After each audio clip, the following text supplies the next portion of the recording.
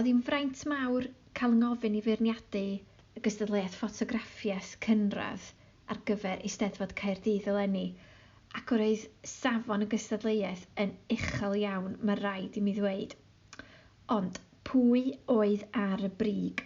Wel, yn y drydedd safle, mae'r ffigenw y peiriant, sef Macsen Martins Hughes o Ysgol Gynradd Pencau, gyda'r llun hyfryd yma ar thema gola, defnyddio symudiad a partryma i gyfleu llun abstract hynod hyfryd. Diolch am hwn, Macsen.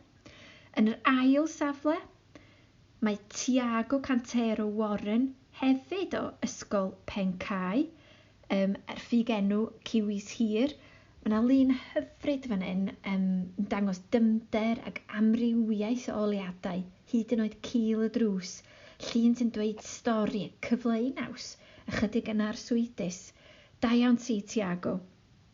Ond, yn y safle uchaf, yn ennill y gystadleuaeth, mae Beicio Mynydd, sef ffigenw Rodri Davies, hefyd o Ysgol Pencau. Felly cyntaf, ail a trydydd safle i'r ysgol yna.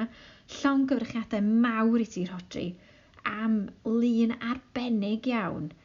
Mae'r symudiad, yr emosiwn, y tona, y defnydd o'r du a gwyn, a'r cip bach na o oleuni ti di llwyddo i ddal fyna yn y goleudi yn arbennig iawn.